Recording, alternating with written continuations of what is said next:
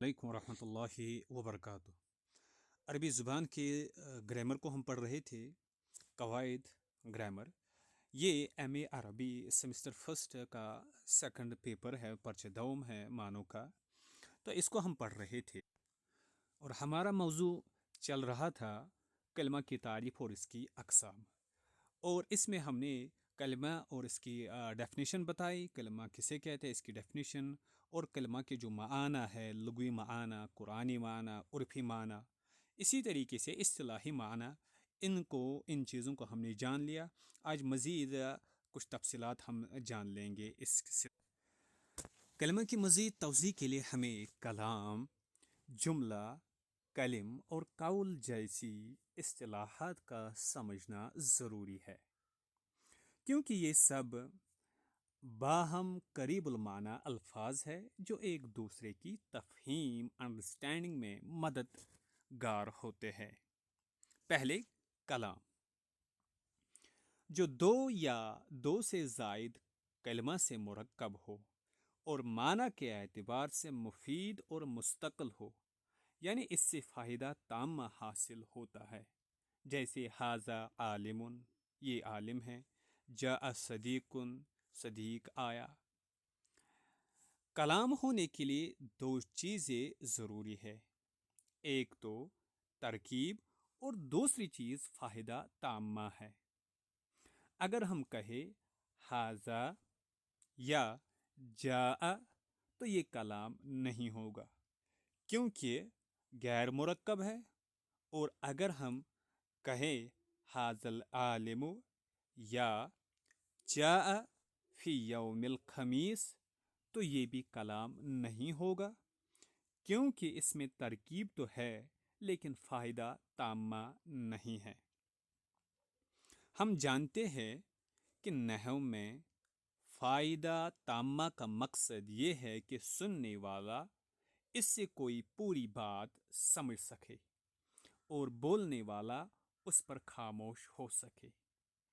خیال رہے کہ ترکیب سے مراد یہ ہرگز نہیں ہے کہ دونوں کلمے ظاہر ہو اور ان کا نطق کیا جائے، بلکہ یہ بھی جائز ہے کہ ان میں سے ایک ظاہر اور منطوق ہو اور دوسرا مستتر اور ملحوظ ہو، جیسے تفضل، یہ کلام ہے اور یہ دو کلمے سے مرکب ہے، ایک ظاہر ہے اور دوسرا ہے انت، جو پوشیدہ اور مستتر ہے، ہڈن۔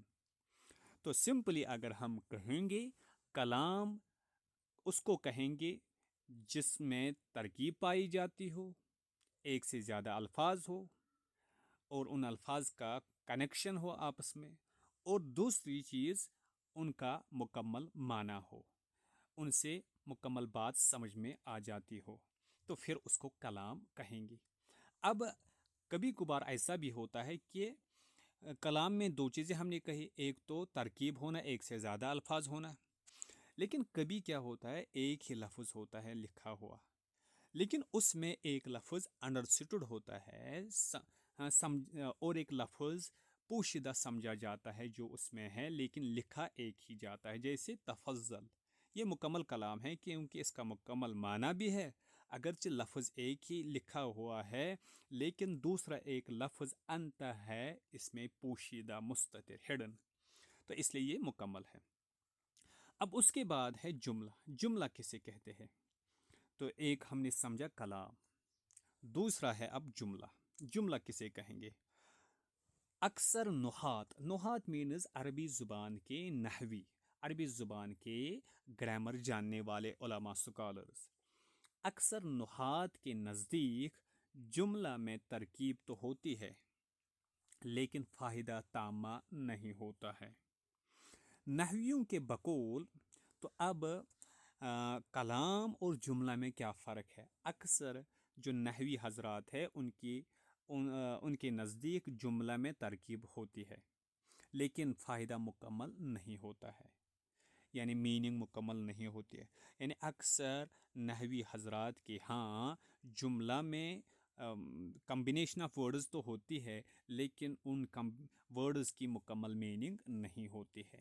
ان سے بات مکمل سمجھ میں نہیں آتی ہے۔ نحویوں کے بقول جملہ ایسا مرکب ہوتا ہے، جملہ ایسا مرکب ہوتا ہے جو نسبت سے خالی ہو، یعنی نحویوں کے ہاں جملہ ایک مرکب ہوتا ہے، گروپ آف ورڈز ہوتا ہے، لیکن ان گروپ آف ورڈز میں نسبت نہیں ہوتی ہے، یعنی ان میں کمپلیٹ معنی نہیں ہوتا ہے، وہی یعنی وہ جملہ اسمیہ یا فعلیہ نہیں ہوتا ہے، جملہ اسمیہ اور فعلیہ کی طرح اس میں نسبت نہیں ہوتی ہے۔ کتاب و زیدن، زید کی کتاب، بیت ابیض، بیتن ابیض، سفید گھر، احد عشر وغیرہ۔ بعض نحویوں کے نزدیک جملہ کلام کا مترادف ہو ہم معنی ہے، لیکن کچھ نحوی حضرات جملہ اور کلام کو مترادف اور ہم معنی اور ایک ہی میننگ میں لیتے ہیں، یعنی ان کے نزدیک جو کلام کا مطلب ہے وہی جملہ کا بھی مطلب ہے، یعنی ان کے نزدیک جیسے کلام میں کمبینیشن آف ورڈز ہوتے، دو یا دو سے زیادہ الفاظ ہوتے ہیں اور ان میں مکمل میننگ ہوتی ہے، بات سمجھ میں آ جاتی ہے سننے والے کو، اسی طریقے سے وہ جملہ کے بارے میں بھی کہتے ہیں کہ جملہ میں بھی دونوں چیزیں ہوتی ہے، ایک تو combination of words, group of words ہوتے ہیں، اور دوسرا یعنی ترکیب ہوتی ہے ایک، دوسرا ان کا معنی بھی مکمل ہوتا ہے۔ دراصل جو لوگ جملہ کو کلام کہتے ہیں، کلام کا ہم معنی قرار دیتے ہیں، جملہ سے ان کی مراد جملہ مفیدہ ہے، وہ جملہ سے مراد لیتے ہیں جملہ مفیدہ، اور جملہ مفیدہ یقیناً بلا شبہ کلام کا مترادف ہوتا ہے، لیکن جملہ غیر مفیدہ پر کلام کا اطلاق نہیں ہو سکتا ہے، اور جب ہم جملہ اسمیہ اور جملہ فعلیہ کی اصطلاح استعمال کرتے ہیں تو اس میں جملہ سے مراد جملہ مفیدہ ہی ہوتا ہے۔ تو کہنے کا مطلب یہ ہے، اگر ہم اس کو دوسرے الفاظ میں یعنی اس طریقے سے سمجھے کہ جملہ کی دو قسمیں ہیں، ایک تو جملہ کہیں گے گروپ آف ورڈز کو، اب ان گروپ آف ورڈز کو اگر مکمل معنی ہو تو اسے جملہ مفیدہ کہتے ہیں، اور کبھی کبھار صرف کچھ علماء صرف جملہ کہہ کر جملہ مفیدہ مراد لیتے ہیں جس کا مکمل معنی ہوتا ہے، اور اسی طریقے سے اگر کمبینیشن آف ورڈز ہو، گروپ آف ورڈز ہو، ترکیب الفاظ کی ترکیب ہو لیکن ان کا مکمل معنی نہ ہو تو اسے جملہ غیر مفیدہ کہتے ہیں، اور جملہ غیر مفیدہ کمپلیٹ سینٹینس نہیں ہوتا ہے۔ جب ہم جملہ اسمیہ اور جملہ فعلیہ کہتے ہیں تو اس سے مراد جملہ مفیدہ ہی ہوتا ہے، جملہ غیر مفیدہ نہیں ہوتا ہے۔ ٹھیک، اب جملہ مفیدہ یا کلام کی تین قسمیں ہیں، کلام اور جملہ مفیدہ۔ جملہ مفیدہ چونکہ مکمل معنی دیتا ہے جس طریقے سے کلام مکمل معنی دیتا ہے، تو اب اس کی تین قسمیں ہیں، ایک تو جملہ اصلیہ، دوسرا جملہ کبرا، اور تیسرا جملہ صغرا۔ جملہ اصلیہ، جملہ کبرا، جملہ صغرا۔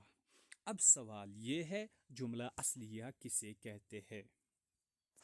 جس جملے میں صرف مسند اور مسند الیہ ہو، جس جملے میں صرف مسند یعنی سمپلی اگر ہم کہیں گے پریڈیکیٹ، خبر، پریڈیکیٹ، جس طریقے سے جملہ اسمیہ میں ہوتا ہے خبر، اور جملہ فعلیہ میں فعل ہوتا ہے، اور مسند کہتے ہیں پریڈیکیٹ کو، جس طریقے سے جملہ اسمیہ میں ہم نے کہا خبر، اور جملہ فعلیہ میں فعل وغیرہ، اور مسند الیہ کہتے ہیں سبجیکٹ کو، جس کے بارے میں بات کرتے ہیں، جس طریقے سے مبتدا ہوتا ہے جملہ اسمیہ میں اور جملہ فعلیہ میں فاعل ہوتا ہے۔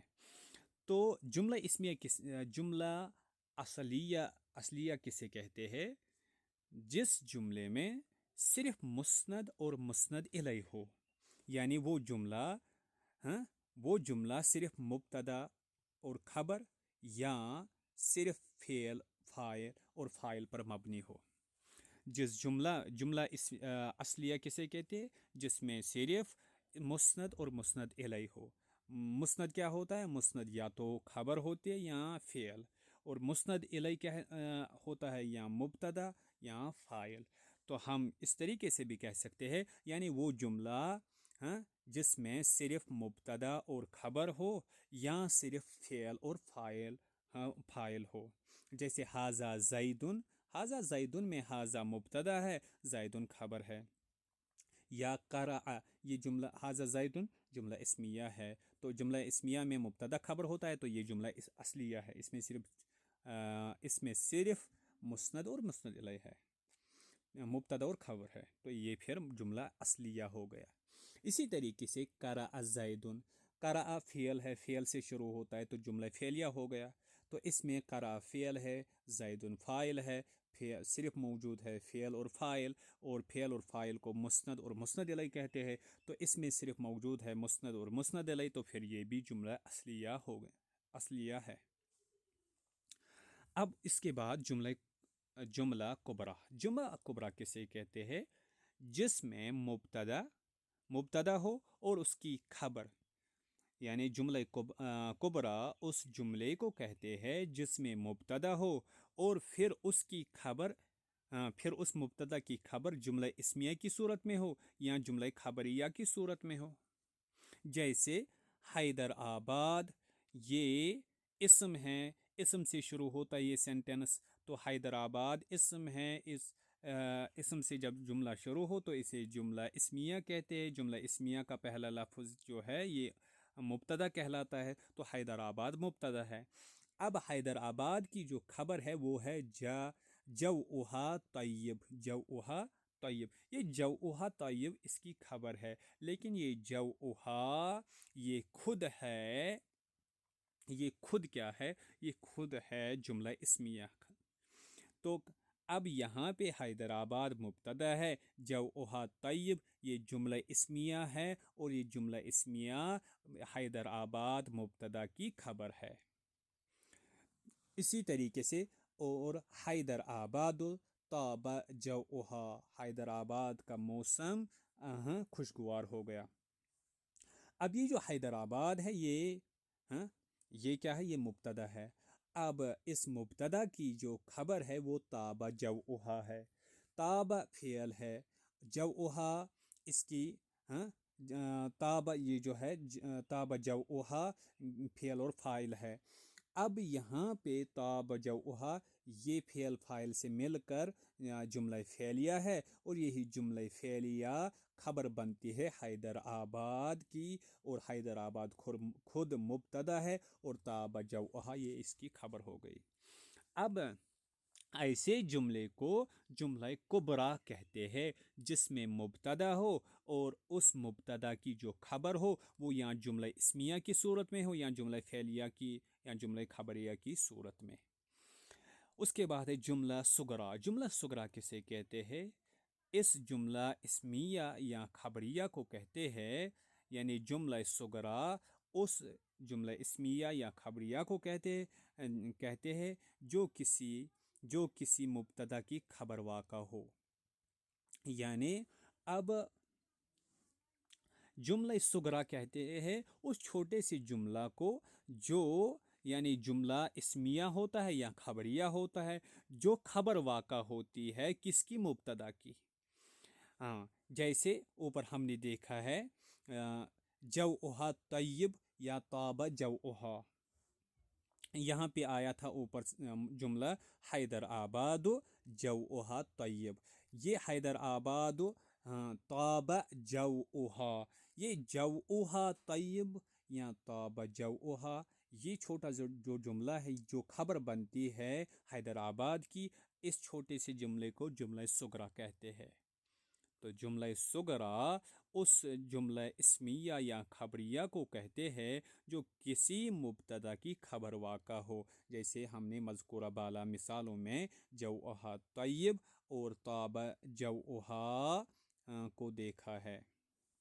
ٹھیک، اب اس کے بعد کلم کسے کہتے ہیں؟ جو تین کلموں جو 3 کلموں یا زیادہ سے مرکب ہو اسے نحویوں کی اصطلاح میں کلم کہتے ہیں۔ اب سوال یہ ہے، کلم کسے کہتے ہیں؟ کلم 3 یا 3 سے زیادہ کلموں سے بنا ہوا ہوتا ہے۔ یعنی کلم میں اور جملہ کلام میں فرق یہ ہے، جملہ میں دو ورڈز بھی ہو سکتے ہیں، کلام میں 2 ورڈز بھی ہو سکتے ہیں، 2 سے زیادہ بھی، لیکن کلمہ میں کم از کم 3 یا 3 سے زیادہ الفاظ ہوتے ہیں۔ تو اس کو نحویوں، گرامرینز، جو عربک لنگویج کے گرامرینز ہیں، عربی زبان کے گرامر جاننے والے علماء ہیں، ان کے ہاں اس کو کلم کہتے ہیں۔ بفتح الکاف، اور کاف یعنی جس کو اردو میں کیف کہتے ہیں، کیف پر زبر ہے، فتح ہے، و کسر اللام، اور لام کے نیچے کسرہ یعنی زیر ہے، خواہ اس سے کوئی معنی مفید حاصل ہوتا ہو یا نہ ہوتا ہو۔ یعنی اب یہ جو کلم ہے، کلم میں مکمل معنی بھی ہو سکتا ہے اور نہیں بھی ہو سکتا ہے۔ تو ہم نے سمجھا کلم میں 2 چیزیں، ایک تو کلم میں کم از کم 3 ورڈز ہوتے ہیں، یا تین یا 3 سے زیادہ ورڈز ہوتے ہیں۔ دوسری بات ہم نے یہ سمجھا، کلم کا معنی مکمل بھی ہو سکتا ہے اور نامکمل بھی ہو سکتا ہے۔ کلم مفید، اچھا کلم مفید، جیسے اب اگر کلم کا معنی مکمل ہو تو اسے کلم مفید کہتے ہیں۔ کلم مفید کی مثال یہاں پہ ہے، حضارت الہند قدیمتن۔ حضارت الہند یعنی ہندوستان کی جو تہذیب ہے وہ قدیم ہے، حضارت الہند قدیمتن۔ اب یہاں پہ دیکھ لیجئے، حضارت الہند قدیمتن، یہ 3 ورڈ سے بنا ہوا ہے یہ جملہ، یہ کلم 3 الفاظ سے بنا ہوا ہے، اور اس میں ایک تو 3 لفظ بھی موجود ہے، کم از کم 3 ہونے چاہیے، وہ ہے۔ دوسرا اس کا مکمل معنی ہے، یعنی ہندوستان کی تہذیب قدیم ہے، تو اس کو کلم مفید کہیں گے۔ اسی طریقے سے کلم کی دوسری قسم کلم غیر مفید، یعنی جس کا مکمل معنی نہ ہو، جیسے حضارت الہند القدیمت، حضارت الہند قدیمہ، یعنی حضارت الہند قدیمہ یعنی ہندوستان کی قدیم تہذیب۔ اب یہاں پہ دیکھ لیجئے، حضارت الہند قدیمہ، اس میں بھی یہ بھی ایک مرکب ہے، کم از کم اس میں 3 ورڈز موجود ہے، تو ایک شرط ہے کلم کی یہ۔ دوسری چیز یہ ہے کہ اس میں معنی مکمل بھی ہو سکتا ہے، نہیں بھی ہو سکتا ہے، اور اس دوسرے کا حضارت الہند قدیمہ، اس میں مکمل معنی نہیں ہے، تو جیسے کہ اس کا معنی ہے ہندوستان کی قدیم تہذیب، تو اس لیے یہ کلم غیر مفید کہلائے گی، اس کو ہم کلم غیر مفید کہیں گے۔ تو ہم یہ کہہ سکتے ہیں کلم کہتے ہیں اس کو جس میں 3 یا 3 سے زیادہ الفاظ ہو، اور اس کا مکمل معنی بھی ہو سکتا ہے، نہیں بھی ہو سکتا ہے۔ تو اس کو ہم 2 حصوں میں تقسیم کر سکتے ہیں، کلم مفید جس کا 3 ورڈز اور اس کا مکمل معنی ہو، کلم مفید، 3 ورڈز اس کا مکمل معنی نہ ہو تو کلم غیر مفید۔ پہلی مثال کا معنی ہے حضارت الہند قدیمتن، اس مثال کا معنی ہے ہندوستان کی تہذیب قدیم ہے، جبکہ دوسری مثال حضارت الہند حضارت الہند قدیمت، یعنی ہندوستان کی قدیم تہذیب، دوسری مثال جو ہے اس کا مؤخر ذکر سے کوئی تعامل، فائدہ یعنی معنی نہیں حاصل ہوتا، لہذا یہ کلم غیر مفید ہے۔ اس میں اور جملہ میں فرق ہے۔ اب کلم اور جملہ میں فرق ہے۔ کلم کم از کم 3 کلمات پر مشتمل ہوتا ہے۔ کلم میں کم از کم کتنے کلمات ہوتے ہیں؟ کلم میں کم از کم 3 ورڈز ہوتے ہیں، جبکہ جملہ کا اطلاق 2 کلموں کے مرکب پر ہوتا ہے۔ اب جملہ میں کم از کم ہونے چاہیے 2 ورڈز، اور کلم میں کم از کم ہونے چاہیے 3 ورڈز۔ اب جملہ کی بھی 2 قسمیں ہیں، وہ جملہ جس کا مکمل معنی ہو جسے جملہ مفیدہ کہتے ہیں، اور وہ جملہ جس کا مکمل معنی نہ ہو جس سے جملہ غیر مفیدہ کہتے ہیں۔ اور اسی طریقے سے کلم کی بھی دو قسمیں ہیں، کلم مفید جس کا مکمل معنی ہو، اور کلم غیر مفید جس کا مکمل معنی نہ ہو۔ اب اس کے بعد اور ایک ورڈ ہے، وہ ہے قول۔ قول کسے کہتے ہیں؟ ہر وہ لفظ جس کا نطق کیا گیا ہے، جس کو زبان سے ادا کیا گیا، بولا گیا ہو، مفرد ہو چاہے وہ، قول کہتے ہر اس چیز کو جس کو زبان سے ادا کیا جائے، بولا جائے، چاہے وہ مفرد ہو یعنی سنگل ورڈ ہو، یا مرکب مفید ہو، یا کمپاؤنڈ ورڈ ہو، ہاں، یا یعنی سینٹنس ہو، یا غیر مفید ہو۔ یعنی اب تین چیزیں آ گئی۔ قول کسے ہم کہیں گے؟ قول کہیں گے ہم دو چیزوں کو، ایک تو جس کو زبان سے ادا کیا جائے، دوسری چیز چاہے وہ سنگل ورڈ ہو یا وہ مرکب ہو، اور مرکب کی چاہے مرکب مفید ہو یا غیر مفید ہو، چاہے اس کا مکمل معنی ہو یا مکمل معنی نہ ہو۔ تو اس تعریف کی روشنی میں قول کا اطلاق اچھا، قول کا اطلاق کلمہ، قول پھر کہہ سکتے ہیں ہم کلمہ کو بھی، جملہ کو بھی، کلم کو بھی، اور کلام سبھی پر ہوتا ہے، سبھی پر ہوتا ہے۔ تو جیسے لفظ حضارتن کلمہ ہے، حضارت الہند جملہ ہے، حضارت الہند القدیم یہ کلم ہے، حضارت الہند القدیمت یہ کلم ہے، اور حضارت الہند قدیمتن یہ کلام ہے۔ اور ان چاروں پر قول کا لفظ، قول کا اطلاق ہوتا ہے، قول استعمال ہوتا ہے۔ یعنی ہم یہ کہہ سکتے ہیں قول میں دو چیزیں ہیں، قول میں پہلے دو چیزیں ہیں، ایک تو قول اس کو کہیں گے جس کو ہم زبان سے ادا کریں، اور چاہے وہ سنگل ورڈ ہو یا گروپ آف ورڈز ہو، اور اگر گروپ آف ورڈز ہو تو پھر اس میں مکمل معنی ہو سکتا ہے یا نامکمل معنی ہو سکتا ہے۔ تو اس اعتبار سے کلمہ کو بھی ہم قول کہہ سکتے ہیں، سنگل ورڈ ہوتا ہے وہ، اور جملہ کو بھی کہہ سکتے ہیں۔ جملہ میں دونوں چیزیں آتی ہے، جملہ میں گروپ آف ورڈز بھی آتا ہے، اور اس کا مکمل معنی بھی ہو سکتا ہے، نامکمل بھی ہو سکتا ہے۔ تو اس لیے قول جملہ کو بھی ہم کہہ سکتے ہیں۔ اسی طریقے سے کلم میں کم از کم تین چیزیں ہوتی ہے، تو تین ورڈز ہوتے کم از کم، تو اس لیے قول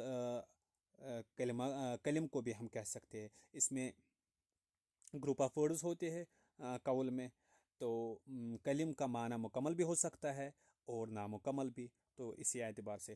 اور اسی طریقے سے کلام بھی کہہ سکتے ہیں، کلام کو بھی ہم قول کہہ سکتے ہیں، کیونکہ کلام میں بھی گروپ آف ورڈز ہوتے ہیں، تو اس کے علاوہ کلام کا مکمل معنی ہوتا ہے۔ جیسے کہ ہم نے اس سے پہلے کہا، کلام جو ہے وہ دو یا دو سے زائد کلمہ سے مرکب ہو، اور معنی کے اعتبار سے مفید اور مستقل ہو۔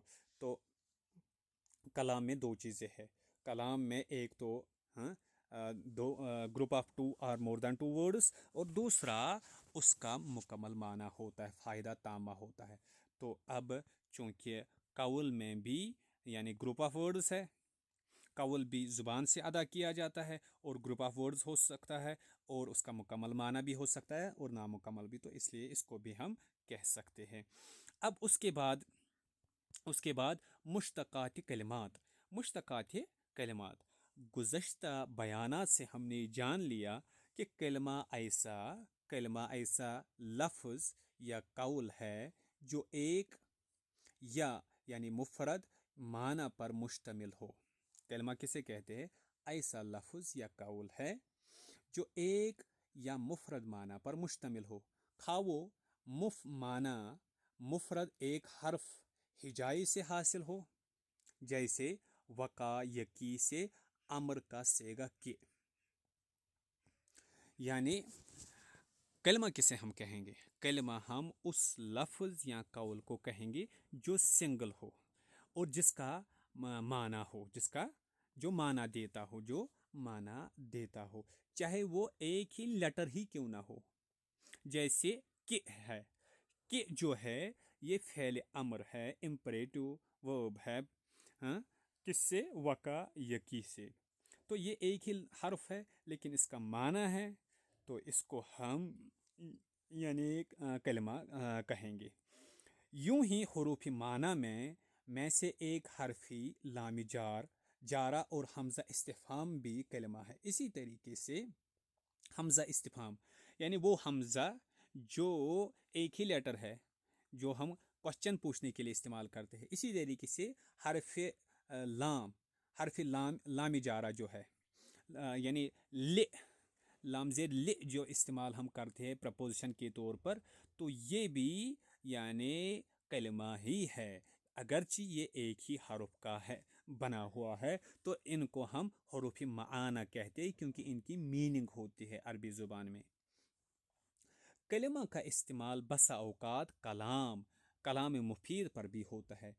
سم ٹائمز کیا کرتے ہیں ہم؟ کلمہ کا استعمال بسا اوقات کبھی کبھار ہم کلام مفید کلام کے لیے بھی استعمال کرتے ہیں، اور تقریر، خطبہ اور مقالے پر بھی کلمہ کا استعمال ہوتا ہے۔ کلمہ کا استعمال ہم بعض اوقات کلام مفید یعنی combination of words, group of words پر بھی کرتے ہیں جس کا میننگ ہوتی ہے، جس کی میننگ مکمل ہوتی ہے، اس پر بھی ہم کبھی کبھار کلمہ کہتے ہیں۔ اسی طریقے سے کبھی کبھار تقریر، خطبہ اور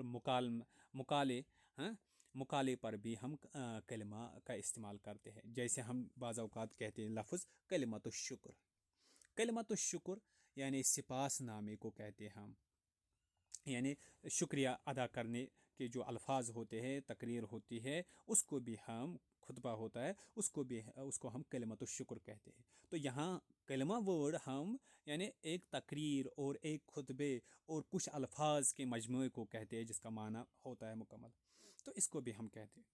اسی طریقے سے کلمۃ التحریر اداریہ کو کہتے ہیں۔ اداریہ یعنی جو ایڈیٹر پہلے اپنے کچھ الفاظ لکھتا ہے، یعنی کچھ چیزیں لکھتا ہے، اپنی بات لکھتا ہے کسی یعنی میگزین وغیرہ کے شروع میں، اسے کلمۃ التحریر کہتے ہیں، تو یہ بھی مکمل ہوتا ہے۔ یہ یعنی ایک پیرا ہوتا ہے، یا ایک یعنی ہم کہیں گے الفاظ کا مجموعہ ہوتا ہے جس کا مکمل معنی ہوتا ہے۔ اسی طریقے سے کلمۃ التوحید کہتے ہیں لا الہ الا اللہ محمد رسول اللہ کو، تو ایک ہی لفظ نہیں ہے، ایک سے زیادہ الفاظ ہے۔ اور اسی طریقے سے کلمۃ اللہ حکم وارد الہی کو کہتے ہیں، اللہ تعالیٰ کے حکم کو کلمۃ اللہ کہتے ہیں۔ یوں ہی کالمہ مکالمتن کا معنی ہے کسی سے مخاطب ہونا، کسی سے گفتگو کرنا، ٹھیک۔ اسی طریقے سے کلمہ تکلیمن کا معنی ہے بولنا، کلمہ تکلیمن کا معنی ہے بولنا، کلام کرنا، اور تکلم کا معنی ہوتا ہے گفتگو کرنا۔ کلمہ تکلیمن بولنا، کلام کرنا، تکلم کا معنی ہے گفتگو کرنا۔ تکلم فیہ، اور تکلم فیہ کا مطلب ہوتا ہے تعریف کرنا، تکلم فیہ، اور تکلم علیہ کا معنی ہوتا ہے مذمت کرنا۔ تکلم فیہ کسی کے حق میں بات کرنا، تکلم علیہ کسی کے خلاف بات کرنا۔ اور اسی طریقے سے تکلام کا معنی ہے بسیار گو، خوش کلام۔ تکلام کہتے ہیں جو بہت زیادہ باتیں کرنے والا ہوتا ہے، تکلام۔ تکلم علیہ کسی کے خلاف باتیں کرنا، تکلم فی کسی کے حق میں باتیں کرنا، تکلام بسیار گو، خوش کلام ہو، اور تکلم کہتے ہیں گفتگو کرنے کو، اور کلمہ تکلیمن کہتے ہیں بولنا، کلام کرنا، اور کالمہ مکالمتن کہتے ہیں کسی سے مخاطب ہونا، گفتگو کرنا۔ اسی طریقے سے مکالمہ کا معنی ہے بات چیت، مکالمہ کہتے ہیں بات چیت کو پر بھی آتا ہے، اور اس سے مکالمتن ہاتفیہ کا مطلب ہوتا ہے یعنی ٹیلی فونک کنورسیشن، گفتگو، بات چیت۔ جیسے ترکیب وجود میں آتی ہے جس کا معنی ہے ٹیلی فون کے ذریعے ہونے والی گفتگو، ٹیلی فون کے ذریعے ہونے والی گفتگو۔ کلیم کا معنی ہے جس سے گفتگو کی جائے، جس سے بات کی جائے۔ متکلم فی، متکلم فی کا معنی ہے جس بات میں کلام ہو، متکلم فی یعنی جس پر اعتراض ہو، یعنی جس کے بارے میں اعتراض ہو، جس میں کلام ہو، متکلم فی. تو یہ مختلف مشتقات ہے، یہ مختلف ورڈز ہے جو نکلے ہیں اس کلمہ سے، اور مختلف ان معنی کے لیے استعمال ہوتے ہیں. اب جو ہم نے ابھی تک پڑھا ہے اس کے سلسلے میں یعنی آپ ان چیزوں کو جان لیں گے. پچھلے ویڈیوز کو بھی دیکھ لیجئے، پچھلے 2 ویڈیوز کو، اور ان سوالات کو آنسر کرنے کی کوشش کیجئے. معلومات کی جانچ، زبان کسے کہتے ہیں، حد اللغہ کیا ہے. اسی طریقے سے لمع الادلہ فی اصول النحو کے مصنف کون ہیں. اسی طریقے سے عربی زبان کے مصادر، سورسز آف عربک لینگویج کون کون ہیں. اسی طریقے سے کلمہ کی کیا تعریف ہے، ڈیفینیشن آف کلمہ. قرآن میں کلمہ کن معنی کے لیے استعمال ہوا ہے یہ بتانا ہے ہمیں. اور اسی کے ساتھ اور بھی کچھ چیزیں ہیں انشاءاللہ، ان کو ہم اگلی کلاس میں جان لیں گے. تب تک کے لیے السلام علیکم ورحمۃ اللہ وبرکاتہ.